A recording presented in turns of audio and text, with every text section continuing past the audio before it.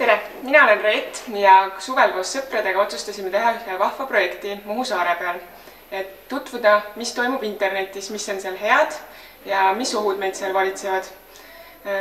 Koos 20-liikmelise või 25-liikmelise grupiga tegime vahva fotonäituse, tegime vahvad